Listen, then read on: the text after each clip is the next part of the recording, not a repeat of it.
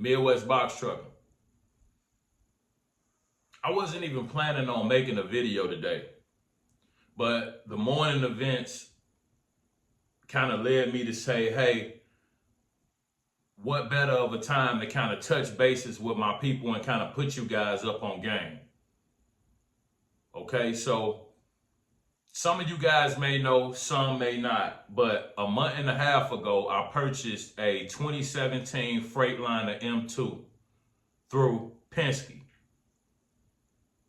I purchased that truck out of Harrisburg, Pennsylvania. It was listed at $63,000. Penske dropped the price to $53,000. I had negotiated on maybe 5 to 7 trucks. All of the trucks, they will move on, but some a little more than others. And there's reasons to that. Stick around. So my truck was listed at $53,000. They had just dropped the price from $63,000. I have been watching their site over the course of like a month. So it was at $53,000. I negotiated with them on that particular truck because the negotiations on another truck that was very similar out of Conyers, Georgia, or Conyers, Georgia. I was negotiating on another 2017 out of Conyers, and it was listed at 52. I offered them 45 and they wouldn't go less than 47. So that truck sold. So I ended up getting or choosing the particular truck that I have now, which was the 2017 Freightliner M2. I purchased it with 206,000 miles. So I'm like, it got low miles. The box looked like new. Interior looked like new. The cab looked like new. Tires, almost new. And I'm judging all of this off of the website. And I have been on their website for so long looking at different trucks that I had got so detailed in my search to where I was even looking at the engine compartment and how much dirt and soot was on the motors. The motor, bright red. I mean, you could almost eat off of it. So I'm thinking I made a really good decision on the truck I chose. So we closed on that particular truck. Like I said, I got it for $45,000. And I also purchased the 2-year warranty, which was another $6,000. So right around maybe $51,000 total for the deal.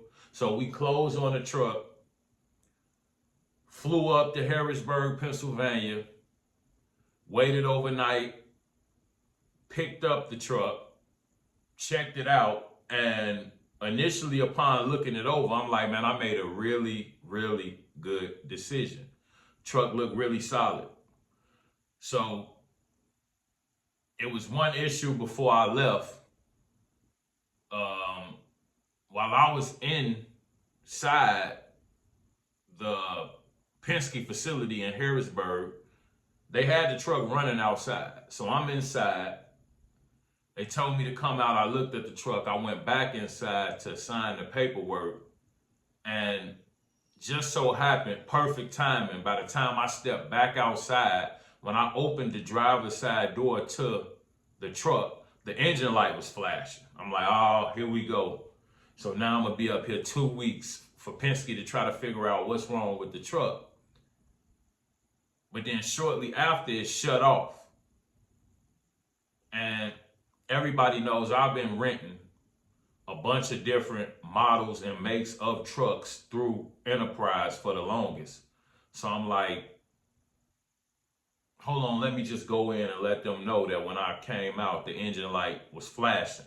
Because on the particular trucks that have that, it's like a 5 to 10 minute cutoff, where if you don't idle up the motor, the systems will shut the truck down. You know, it won't allow you to idle the truck at low RPMs. You have to raise the RPMs on a lot of trucks in order to idle.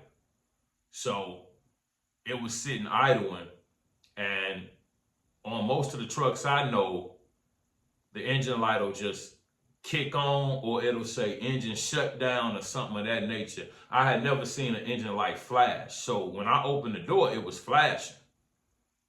Then the truck cut off. So I went back in and I told the guy, hey, I'm getting the engine light flashing. But they got so many trucks, all of the trucks do different stuff. Like I said, so he didn't know. He came out and I'm like, it could be the engine cut off. You know, that 5 or 10 minute cutoff. It just depends on how it's programmed into the computer on your truck. But a lot of the trucks have a, like I said, engine shut off. So I explained to him it could have been the engine shut off, and he like, yeah, that's what that was.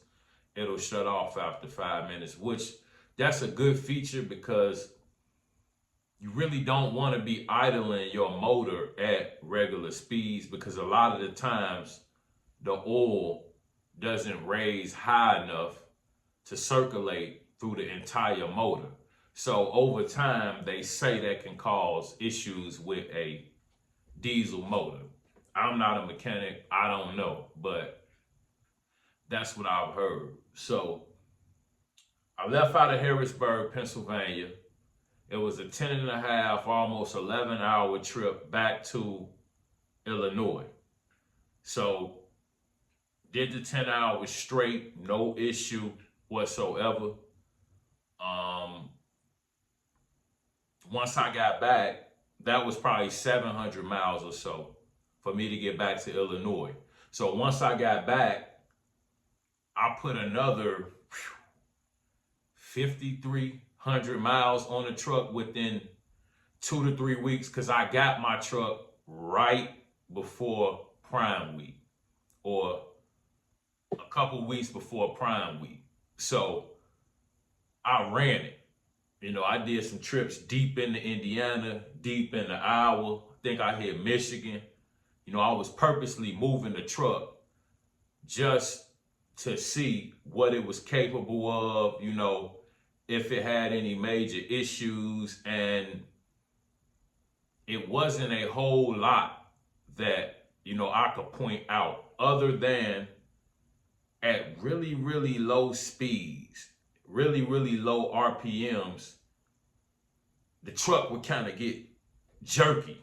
You know, it would, and I'm thinking, because once again, all of the Enterprise trucks that I've ran, that I know of, because I could be missing one or two. I don't want to say, you know, every one, but I believe every truck that I had was a Allison transmission. It may have been different models of the Allison transmission, but it was an Allison transmission. The truck that I bought had a Eaton. And like I said, I was going over a bunch of different factors on purchasing my truck. I've always heard, get an Allison transmission.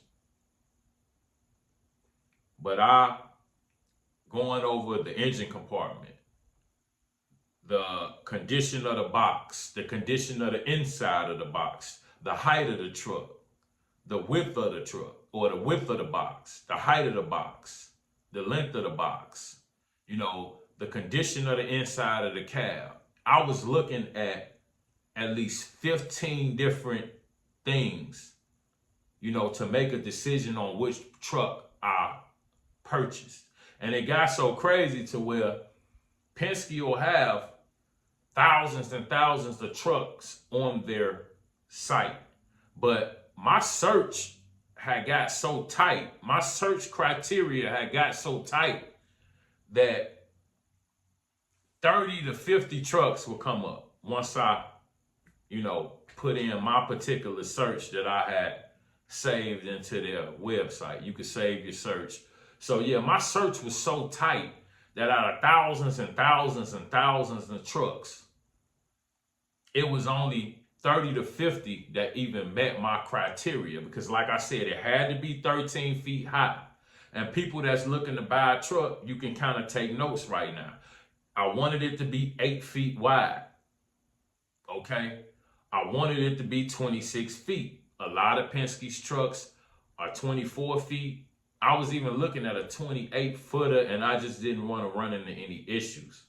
But that extra space, you could put a sleeper on there. You could get extra freight for all you double booking.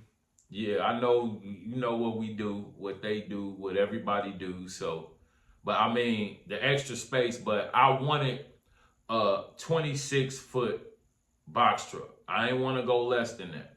So, like I said, I wanted 13 feet high, 8 feet wide, 26 foot with a lift gate. I wanted the engine compartment clean.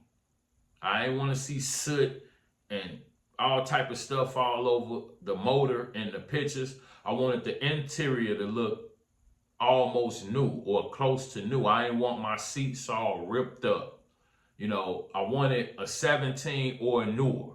From what I'm hearing, the FMCSA is going to be restricting trucks older than a 2015. Now, don't quote me on this once again.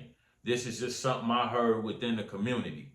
But from what I'm hearing, eventually the FMCSA is going to go over to California-like laws with these trucks. So you're not going to be able to run a 2002 International by FMCSA laws. Everybody knows it's super strict in Cali.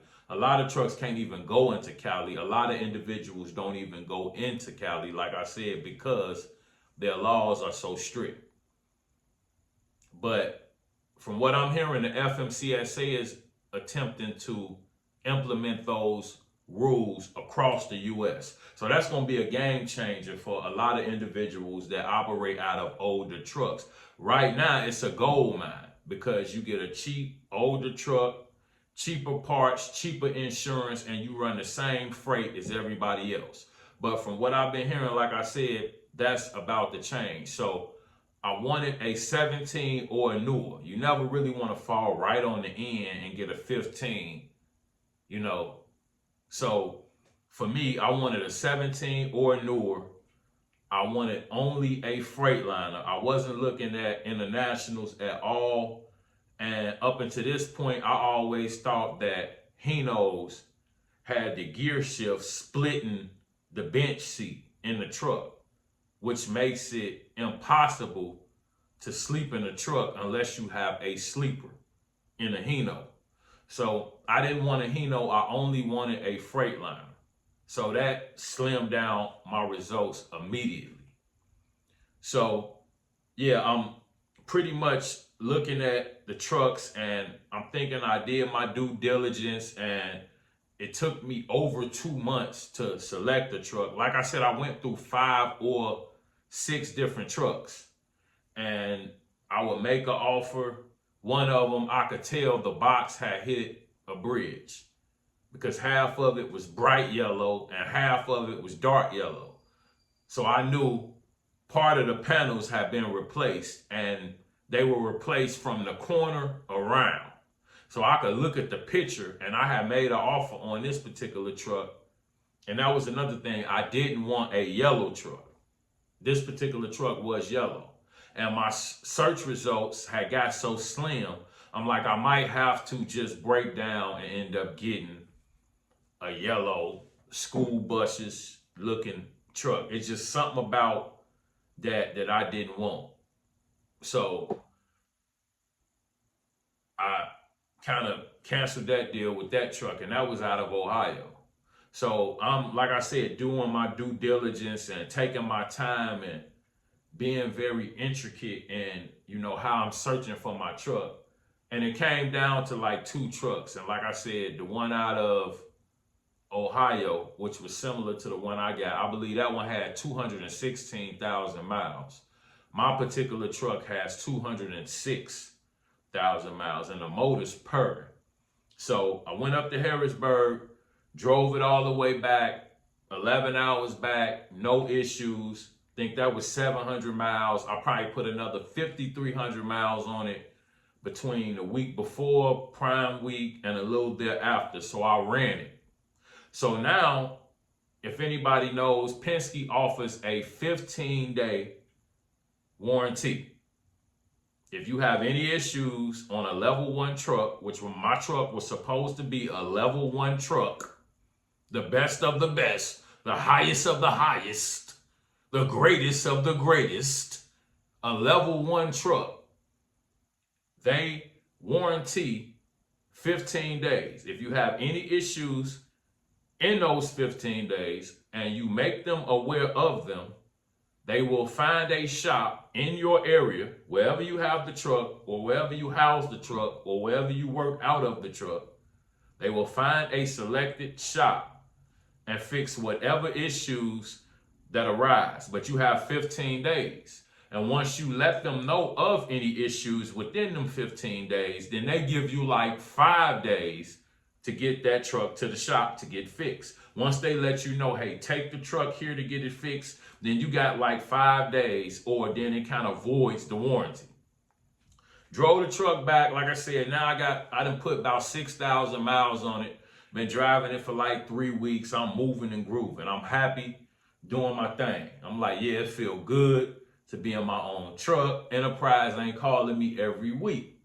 So one morning, I wake up, get out, do my pre-trip on the truck, and I notice that the driver's side, or the left-hand side of the truck, between the back wheel and the box, it's about maybe 2 or 3 inches of space. When I go on the right-hand side, or the passenger side, between the wheel and the box in the rear on the back end, it's about 5, maybe 6 inches of space. So I'm like, the box not sitting level. My truck has airbags. That was another thing that I required my truck to have. I didn't want a spring suspension due to them being so violent.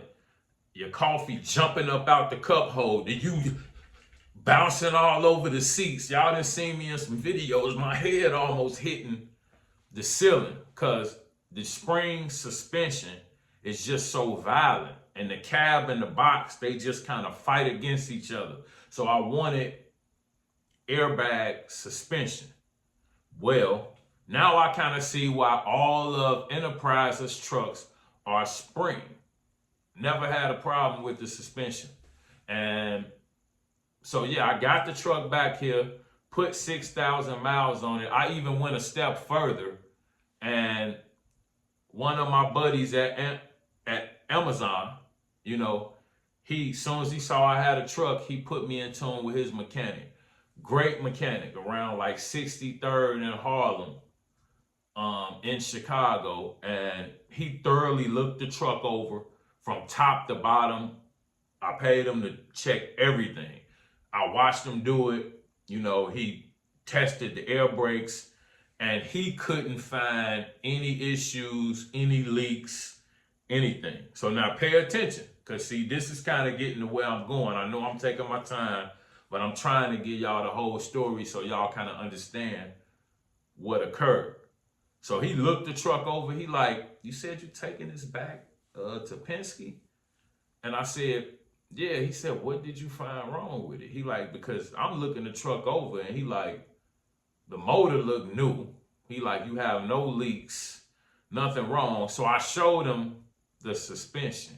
And he was like, yeah, they can go under and adjust that by some lever, he was telling me. But he said it would move the entire box and not one side. So, but he didn't see that as being a big issue. And he was like, so what else? And then I didn't have a reverse siren. That's something that I didn't tell you guys either. When I bought my truck, for some reason, when I put it in reverse, it didn't do the beep, beep. It didn't have a reverse siren. And that's the first truck I've been in that didn't have one of those. So I pointed all of this out to Penske within the 15 days. One, I told them that the trans was kind of jerky in low speed, low RPM situations when I was moving. Otherwise, it ran out fine. So I wanted the trans looked at, one. Two, it did not have a reverse siren when I was backing up. So I wanted them to put a reverse siren on it. And then I wanted them to address the suspension or the lean with the box. So those were the three things that I wanted Penske to have a shop in my area addressed. I pointed that out within the 15 days, and then it took them another week to find a shop. Okay, so they found a shop close to me. It happened to be the exact same shop that the Enterprise truck rental that I rent from. It's the exact same shop that they took their trucks to. So over the 2 years that I've been renting from Enterprise, I've dealt with this shop. I've had to drop trucks off there, pick trucks up from them, and I'm in communication with my rental account manager. So she'll tell me a lot of times like, hey, do you know that this particular truck that you had a couple months ago is still at Truck Centers Inc.? They haven't even diagnosed the problem yet. So they tend to be really thorough, but at a lot of times very slow. So Penske ended up picking Truck Centers Inc. Anybody that's dealt with them, you know, that's where the big boys go. You know, not only are they thorough, they take time, but you're gonna spend some money too. And I just know that from dealing with Enterprise. So Penske tells me, okay, we honor what you pointed out over the course of the first 2 weeks you had the truck, and we want you to take it to Truck Centers Inc. in your area. I'm like, uh-oh. First thing I thought was it's gonna be 2 years before I get my truck back. So me thinking it's no issue at all with the trans, and that's kind of what I told Truck Centers Inc. when I dropped my truck off. I said, hey, it's no issue with the trans. I think I'm just not used to eating. So it's kind of jerky. Like I said, at low RPMs, low speeds. But once you get up to 40, 50, it runs out fine. So they can look at it, but I'm not sure. I told them the truck is definitely leaning. She said, is the truck leaning, the box leaning, or the cab? I said both. The cab and the box are leaning towards the driver's side. Oh, and then I wanted them to address the steering as well, because the steering wheel was slightly off center to the right. And I'm in a 2023 Hino right now from Enterprise that I'm renting while my truck is in the shop. And their steering is exactly the same as my steering. So the steering probably wasn't an issue. It's just, it's not perfectly centered. And I expected it to be. But like I said, I'm in a brand new truck that had 7,000 miles when they gave it to me, and the steering slightly off. So I don't know. But yeah, they were going to address the steering as well. So fast forward, dropped the truck off. The lady said it'd probably be less than a week, because that was one of the first things I asked her. I said, hey, it'd probably be at least a week, huh? And she said, no, it shouldn't be that long. She counted the trucks. She like, you number 7 out, and they moving pretty quick.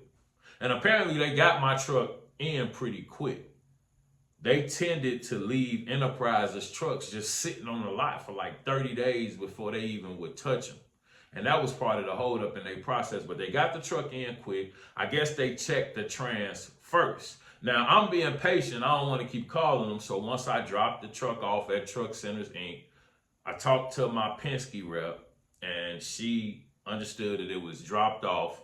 And I'm like, okay, the waiting game begins. I'm in a rental truck. I'm going to just do my thing with the rental, what I'm already used to anyway. Never mind the fact that, whatever. But like I said, so I'm doing my thing in the rental, and I'm being patient. About a week and a half then went by now. So this morning, I get up, I'm on business. I'm like, wait, hold on. First, I call Truck Centers Inc. What's going on? And this when they drop a bombshell, they say, yeah, we emailed Penske, and we just waiting on them to send approval for us to install a new trans. Wait, what? Hold up. New trans? So he said, yeah, we emailed them that your truck is gonna need a new transmission. And we're just waiting on them to give the okay. And we waiting to hear back from them. Okay, so I get off the phone with him. I immediately call Penske because now it's getting good. So I'm trying to see, okay, so my Penske rep, she wasn't available. Like, give me another rep. I gotta talk to somebody today, right now. We ain't gonna wait for her to call back and leaving no messages. So I talked to another rep and he says, yeah, we're aware and we're good with the transmission. We're just waiting on them to verify what other costs it's going to be for the suspension, and then we'll be good to move forward with the repair. So y'all knew it. They done told y'all already. So yeah, you did get the email. So it turns out, like I said, I'm moving and grooving in the truck. The truck needed a new trans. And I know Penske was more shocked than me. And for some strange reason, and this is where I'm telling y'all to be aware, Penske then told them, okay, it needs a transmission. Can you check the frame to make sure it's even worth us putting a transmission in? Or maybe we may have to go another route. Wait, what? So, from what I'm getting, and I'm just assuming, I don't want to make an ass out of myself, but at some point, somebody who was renting my truck must have hit a bridge. This is a level 1 truck. That's what y'all got it listed as. But it had a brand new box. Super, super low miles. Okay, 206,000 miles. Clean as a whistle, 2017 Freightliner M2. And the trans bag. Okay, that's kind of weird. And then you want them to check the frame. And for some reason, like I said, the box, more than the cab, was leaning. But any type of lean is going to affect the cab as well. But yeah, my box was leaning. So I'm like, you got to be careful with, when you buying these trucks. Penske got a truck listed as a level 1. And like I said, I can't verify that somebody hit a bridge in the truck. But that's what had to happen. The box is leaning. The trans is bad. And I have a buddy. He actually probably 70, 71 right now. He drives a semi. He worked for me a while back. If you guys follow my content, he was the owner operator that used to run for me. He back in a semi now. But pretty much, I had asked him that when I was looking at the other truck that I thought had hit a bridge, the yellow one out of Ohio. Like I said, I had been through 6 to 7 trucks that I had been negotiating back and forth on. And I asked him that if you hit a bridge in a truck, does it affect the trans? He told me from his experiences, not that he hit bridges, well, I think he was stuck under one, but from his experiences that wouldn't affect the trans. And I wasn't 100% sure of that. You doing 60, 70, unaware on your cell phone, boom, you smack the bridge. I wouldn't be surprised if that affected the motor. But I would think, first and foremost, the trans. He told me that wouldn't be the case, that the trans should be fine. And then maybe just the hills and the mountains or whatever you have in Pennsylvania, water trans down. But this morning, right now, a couple hours ago, that's where we're at. And I went back and forth, messing with both of them. First, I talked to Truck Centers Inc. Then I called Penske because Penske was trying to blame truck centers. Truck centers was trying to blame Penske. So I'm like, who the culprit? I got down to they're actually waiting on parts. So my truck has been in the shop because from the interstate, when I come home from running my freight, I can look over into truck centers. It's crazy. And look in they garage doors, they bays. And I saw, I wasn't 100% sure if it was mine. But about 5 days ago, I'm like, that looked like my truck sitting in there. I could see the box. It was all white. It was a 26-footer. And I'm like, that looked like that's my truck. But I couldn't tell because I ain't been back over there. But apparently, yeah, they've been going back and forth with Penske because I'm sure Penske got the shock of their life. You know, and that's why I made this video. Be careful. I thought I did more than my due diligence. I searched for months, checked the truck when I got it, drove it 11 hours back, took it to a secondary mechanic for them to check it, and then pointed out little small stuff but had they not checked that trans, that would have fell on me. And what y'all think? Probably November, right? The heart of peak season, the truck probably would have broke down. So that's why I'm kind of wondering how I should feel because I'm like, on one hand, I'm back renting a truck and I just bought a truck. But on the other hand, I got a brand new motor, 206,000 miles. To me, that's damn near new. And it's purring. And I'm getting a brand new trans. And they say they just got the parts for my suspension. So my suspension about to be official too. So to me, you know, once again, I'm patient, man. I done been through the storm. I ain't one of the crybabies, the people that's new to this. Every time something go wrong, they, help. I ain't one of them. So I understand how it go, man. You got to stay down till you come up. But what I will tell you guys is this. Be thorough when you buying these trucks. You know, you would think a level 1 truck from Penske, you wouldn't have anything to worry about for a very long time. And I got a warranty. You know, I followed up with that and made sure I had stuff in place.